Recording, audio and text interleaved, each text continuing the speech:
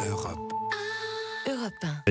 La politique dans ses figures libres avec vous, Hélène Jouan. Son livre sort aujourd'hui en librairie, mais les premiers 50 000 exemplaires auraient déjà été vendus selon son éditeur. Le premier tome des mémoires de Jean-Marie Le Pen, intitulé Fils de la Nation, est déjà un succès. L'occasion pour le vieux leader d'extrême droite de soigner sa sortie, Hélène. Oui, cela commence comme du Pierre-Jacques Ézéliaz avec son cheval d'orgueil. La dure vie des marins de la Trinité au début du siècle dernier. Quand je suis né, le sol était encore en terre battue. Il n'y avait ni gaz, ni électricité, ni eau.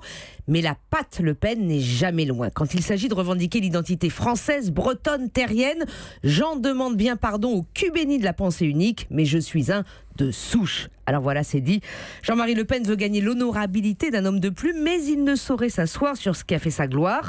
Le verbe corrosif, souvent choquant, la parole affranchie de toute bienséance. Il se gargarise d'avoir toute sa vie bousculé le bourgeois. Vieux et isolé, il n'abdique rien de ce qu'il a été. Ni héros ni collabo pendant la guerre, député poujadiste, engagé pour l'Algérie française, fondateur du Front National. C'est une page de son histoire française que le chef déchu nous narre. Alors on oublie parfois que c'est lui, le vieux leader d'extrême droite, qui écrit. On le retrouve souvent aussi avec ses provoques. J'aime les animaux, et comme il se trouvera bien quelqu'un dans la paresse de la presse pour en faire une ressemblance avec Hitler, comme lui, j'aime les bêtes, eh bien c'est vrai. Plus je connais les journalistes, plus j'aime les chiens. Avec ses formules à l'emporte-pièce sur ces géniards de gauchistes en 68 qui a plongé la civilisation dans l'acide, ou encore sur De Gaulle qui l'honnie pour avoir trahi les pieds noirs d'Algérie et refusé de gracier Brasillac.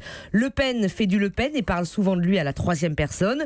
Mémoire d'un homme autour duquel s'est focalisée la vie politique française pendant plus de 30 ans. Hélène, c'est un livre qui est fait évidemment pour signer, pour soigner sa sortie. Oui, c'est fini. Il vient d'annoncer qu'il n'ira même pas embêter sa fille au prochain congrès du Front National. Provoque inutile. En fait, il n'a plus les moyens de lui nuire. Mais une dernière fois, tout de même, il trempe sa plume dans le fiel pour la blesser, une fois encore. Revenant sur sa présidentielle décevante, il écrit « Elle a payé ses procédés absurdes contre moi d'un échec retentissant.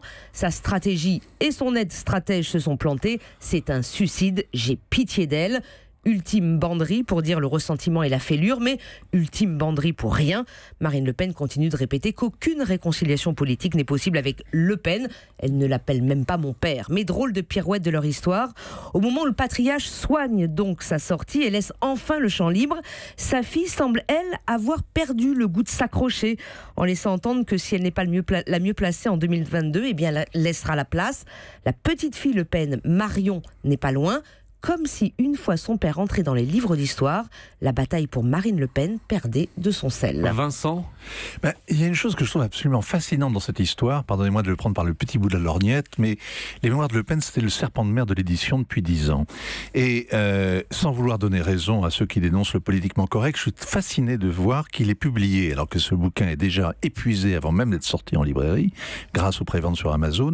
Eh bien, c'est un tout petit éditeur, pratiquement un imprimeur, qui publie ça, alors que la plupart des bouquins politiques sont publiés à compte d'auteur et il n'y a pas 50 lecteurs. Celui de Le Pen va faire un tabac.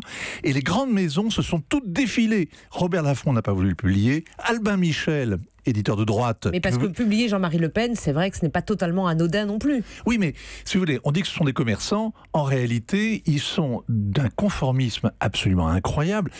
Albin Michel, maison de droite, avait hésité à publier Zemmour, a refusé de publier Buisson, et là c'est défilé, parce qu'il y a une sorte de bronca des auteurs, n'a pas voulu publier Le Pen. A priori, son bouquin fait un tabac, donc ça sera la revanche du vieux.